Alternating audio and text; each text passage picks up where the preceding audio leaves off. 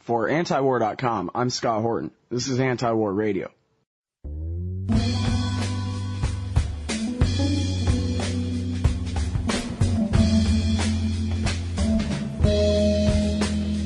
Introducing Dr. Gareth Porter. He's an independent historian and journalist from IPS News. That's Interpress Service, ipsnews.org.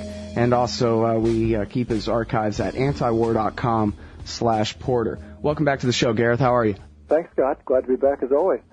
Well, this is a very interesting article you have here. I'm sorry, I don't have the title in front of me anymore. What is it called again? It's plan to split Taliban lures Obama deeper into war. Yes, that sounds like the one, and it'll be at antiwar.com/Porter by the time anybody hears this anyway. So, let's talk about General David Petraeus. He is the commander of CENTCOM, Central Command, which I think stretches from Morocco to India, something like that. That's something his, like that, yes.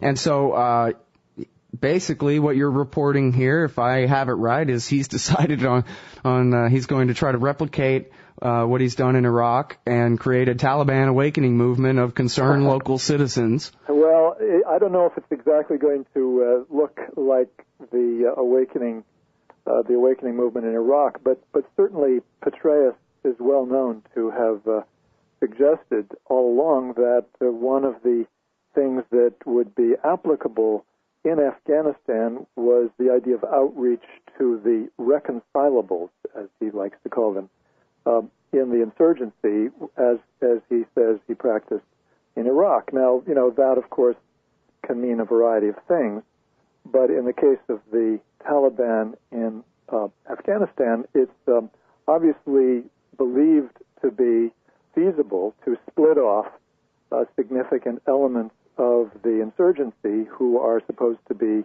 reconcilable. And this appears to be the idea that the Obama administration is now adopting as a centerpiece, if not the centerpiece, of its new policy towards Afghanistan, the result of its policy review, which apparently is going to be announced one of these days, very shortly. Mm-hmm. Well, where does this number come from? I've heard this a couple of times, that 70% of the people fighting us are doing it just for the money. They're not really the irreconcilable types. It's a very interesting figure, and of course it was made public by Vice President Joe Biden in a speech that he made in Brussels last week, basically suggesting that this is going to be a cakewalk because all we have to do is have the 70% of the insurgents who really are only doing this because they're getting paid. All we have to do is buy them off, and we're in free. Well, you know what they say about Joe Biden? He's the very smartest. He knows more about foreign policy than anybody in D.C. He's brilliant. He does appear sometimes to be suggesting that. This is one of those moments when he's sort of revealing, I think, his essential lack of judgment on foreign policy, which I think has characterized his approach in many ways. Well, look, Gareth, I'm sorry. I'm spoiled rotten over here because I talk with Eric Margulies, who's spent all this time with the Mujahideen over there and has explained to me how, oh no, they love killing foreigners on their land. In fact, with such high unemployment, there's for them nothing better to do than, there are warrior people there, and they always have been, and they will fight forever. They will never tolerate foreign occupation of their land. I think that represents the consensus view of those who do not have an axe to grind, who have become observers of or experts on the insurgency in Afghanistan. Okay, so this isn't that I'm just lucky that I get to talk with Eric Margulies, who knows all this. Pretty much everybody knows that. Pretty much everybody knows that who is trying to be reasonably objective about it, yes. In other words, the fundamental problem of the insurgency is not a bunch of kids out there who need a job and who are ready to accept money from the highest bidder, but Pashtun fighters who are well known, according to what is called Pashtunwali, the sort of code of conduct of the Pashtun people, to hold grudges when foreigners, or for that matter, Afghans come into their valley and do harm to people who are in their family or in their clan or their tribe, then they are committed to taking revenge. And that is the real problem that foreign troops face in Afghanistan, particularly in the Pashtun areas of the country. Well, is it possible at all that the Taliban Pashtun types could reasonably perceive that harboring Egyptians and Saudis and whatever few Al-Qaeda guys are actually, supposedly left up there in the mountains under their protection are more harm than good, and that maybe if not separate the Taliban from each other, perhaps it's possible that America could bribe the Taliban into separating themselves from the Arabs? I'm not sure that Americans, that the United States would be very successful in making its own deal with the Taliban in terms of support or financial assistance to the Taliban. But I do think that Pakistan and Saudi Arabia, who've enjoyed close relations with the Taliban over the years, could indeed have a reasonable chance to strike a deal with the Taliban leadership that would involve basically separating themselves from Al-Qaeda in return for assurances of support, recognition, and getting the United States and the NATO countries to withdraw their troops from the country. That, of course, is where the United States and NATO would come into the deal, basically promising to withdraw and essentially putting forward a publicly announced timetable for withdrawal as part of the deal. Yeah, but your title says this is a plan to draw us further in.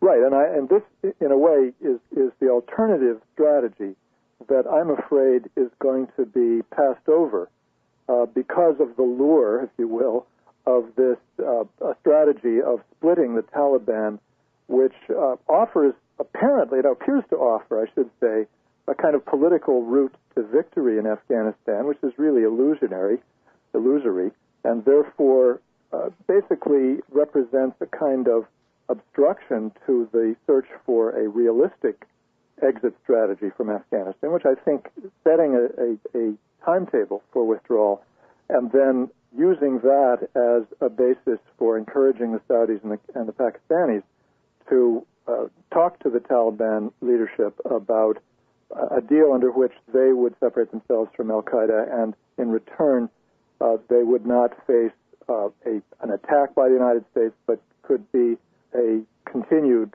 peace once the U.S. troops are out of the country and NATO troops are out of the country. Well, so is General Petraeus or are Generals Petraeus and Joe Biden, are they just blind to the obvious reality that a deal that separates the Taliban from Al-Qaeda would be preferable or a top priority before trying to split the Taliban apart? Or they're just looking for an excuse to stay? I think they're looking for an excuse to stay. I mean, that is to say, I think that certain interests within the executive branch, and of course I would begin with the U.S. command in Afghanistan, but I think Petraeus at CENTCOM would be part of this as well, are looking for a rationale to continue the war. They are simply not in the business of withdrawing their troops from a conflict without having been defeated. And that is the nature of the beast, if you will.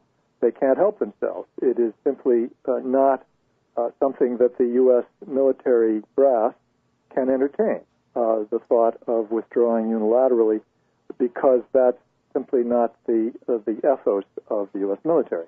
So you begin with the military itself. I think the Joint Chiefs of Staff would be of two minds about this. They're pulled in both directions for budgetary politics reasons. And then you get to other players, as I say, the national security elite there as part of the Obama administration are going to tend to want to continue something to see if they can't somehow pull it off before they give up. And that I think is the temptation that sort of propels the administration in the direction of this illusory strategy. So you think the Pentagon itself is the major driving force? It's not oil pipeline politics, or is that even just part of military strategy? I do think it's the Pentagon. I think oil politics are so marginal to this issue that they cannot possibly exert a real influence over the result. I mean, so it comes down to General Flagg has a new base and he doesn't ever want to leave. That's right. Essentially, that's the shorthand way of putting it. Yeah, I never did trust that General Flagg. I think maybe that was a character on MASH when I was a little kid, black and white set. I don't remember. Anyway. But General Flak would work also, I think. Oh, yeah, did you know him? Okay, well, so here's the thing, too, is that there's no such thing as Afghanistan and Pakistan. Really, these are creations of the British Empire from back in the day, and there's what's called the Durand Line that separates the so-called, pretends to separate these Pashtun tribes across, the line that divides them between Pakistan and Afghanistan, and yet, well, I guess there's a couple of things. It means that we can war against them all day in Afghanistan. It doesn't mean anything as long as they can escape into Pakistan. And we see the results of, limited airstrikes inside Afghanistan, inside Pakistan, just simply makes everything far worse there. And we still can't send ground troops in there to so-called, finish the job or anything like that to root out the Al-Qaeda guys. Well, So basically they've just declared a permanent war against the Pashtun tribesmen to last forever and ever, I guess. It could be indeed a permanent war without any successful result. If you see history as any guide, which I think you have to, in the case of Afghanistan, there is such a long history that is very relevant to this. But I think the situation is even worse than your rather dire description, which, as I say, I think is justified. And that's because not only do we not have any reasonable prospect for making any successful effort against the Pashtun insurgents on both sides of the line, but we can't even be assured that we have a logistical route into Afghanistan that is secure. Certainly the one going through the Khyber Pass is not secure. That's been well established in the last 6 to 9 months. It's been attacked repeatedly. It's been closed down. And that's sent the General Petraeus and CENTCOM scurrying into Central Asia to try to pick up an alternative route with the supposed help of the Russians, the Kazakhstan government, and the Tajikistan government. But that route obviously is not terribly reliable because it's going to be dependent on the support of the Russians, who clearly have a say in the politics of the Central Asian republics, and have a say because their ports would be the port of entry for any use of that Central Asian route from Russia through the Central Asian republics into northern Afghanistan. And one would not want to be dependent on the Russians for fighting a war in Afghanistan, even though to some extent they share our interests in keeping the Taliban out. But it is not an inviting proposition to be completely relying on our main power rival in that part of the world. And then, of course, there is Iran. And as I reported a week or so ago, a couple weeks ago, the Pentagon has already begun making sort of the contingency planning that the Pentagon has to do for using the Iranian route into Afghanistan, which would be by far the most secure and most reliable route in the physical sense, because it's the shortest. But again, the United States certainly does not want to be, in a subjective sense, relying on Iran. And from all the signals that we've gotten from the State Department and others in the new administration, they don't seem to be positioning themselves politically to warm up to Iran in a way that would make it possible to rely on Iran for logistical routes into Afghanistan. So in the end, we're stuck with a situation of really not having any reliable route into Afghanistan at all. Well, we'll just do a Berlin airlift kind of thing. Wow, so pardon me, but it seems like if I understand this right, we got the Three Stooges running the American empire here. We've got a giant outpost landlocked in the middle of Asia and no route to fund them. or equip them, keep them supplied with food and ammunition and the things that they need to be imperialist occupiers in Afghanistan without making a deal with the Russians or the Iranians. I'm not sure. I mean, obviously I'm disappointed in just how ridiculous this all is, but that's kind of a side issue. I sort of think that maybe I should be pleased as a silver lining kind of thing that, hey, maybe this is an opening to getting along better with Russia and Iran, and we all, gang up on the poor Afghans some more. Well, it certainly is an objective sense, a basis for the United States to have to make deals with one or the other or both. And one would think that in the long run, that is going to have to be the case, that they will be forced to make some sort of an arrangement with both Russia and Iran. But that is going to make it impossible for the Obama administration to carry out the same kind of Cold War, at the very least, that it has carried on against both of those powers. So there is a silver lining, I think, in a sense. And yet, the Obama administration thus far, as you suggest, it's been more like the Three Stooges or the Marx Brothers making foreign policy. And one wonders whether they're capable of doing even the most minimally rational thing with regard to that part of the world. So, I mean, in the end, I really don't know what to think, because this indication that the Obama administration is attracted to this idea from Petraeus of splitting off the so-called reconcilable elements of the Taliban or of the insurgency as a centerpiece of their strategy is so stunningly irrational that you just have to wonder what they're thinking. I really don't know the answer. Well, and at the same time, and, I don't really know, maybe you can address the degree to which, I'm sure it's a great degree to which American intervention, particularly the airstrikes in Pakistan, are serving to completely undermine the puppet government that we've installed there, which that guy Zardari was elected with a bare plurality of the parliament there, and it looks like Pakistan's falling apart. Is this, does it have anything to do with the fact that he's allowing and winking and nodding and letting America bomb inside Pakistan? Well, it certainly has something to do with it. I mean, I can't offer a very precise judgment about the degree to which this is an underlying factor in the rapidly growing instability. I think obviously there are other factors here. I mean, there are factors that are left over from well before that policy of accelerated airstrikes and at least one commando raid into Pakistan from across the border began. But certainly it is a factor. There's no question about that. And I would simply recall to mind the story that I did last October, if I remember correctly, or perhaps it was September, that the National Intelligence Council had warned the White House in an oral briefing that if they continued to carry out ground raids by Special Operations Forces into Pakistan from Afghanistan, that this would definitely contribute to the destabilization of the Pakistani government, that it would be likely to cause the Pakistani army to disintegrate, that more Pashtun officers who serve in the Fatah area, the frontier area, would split off from the army and begin to support the Pashtun tribesmen who are fighting the Pakistani army, that this would be a terribly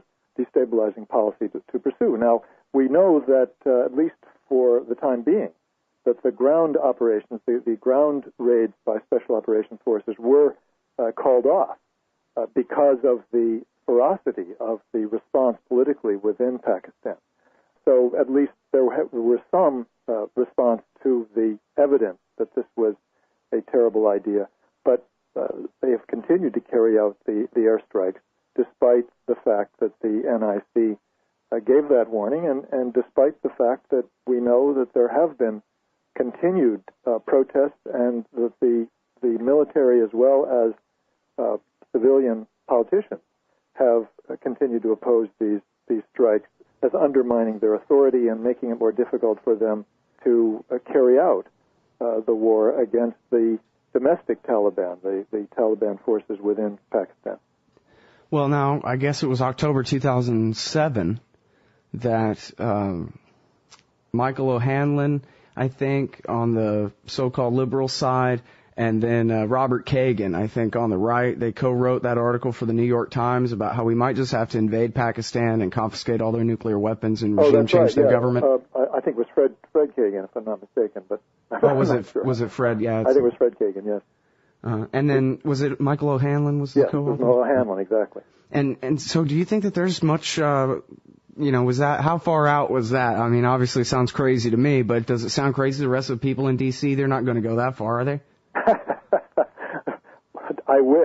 I wish that were the case. Unfortunately, we have no assurance whatsoever that idea is not going to be pursued further by the Obama administration, despite all of the indications that would be a travesty, that it would be the worst possible idea for the United States, and despite the fact that we can't afford even to think about increasing the size of the ground forces of the U.S. military. But you're telling me that you have information, or you believe, can you tell me specifically, that this government is entertaining the idea of invading Pakistan?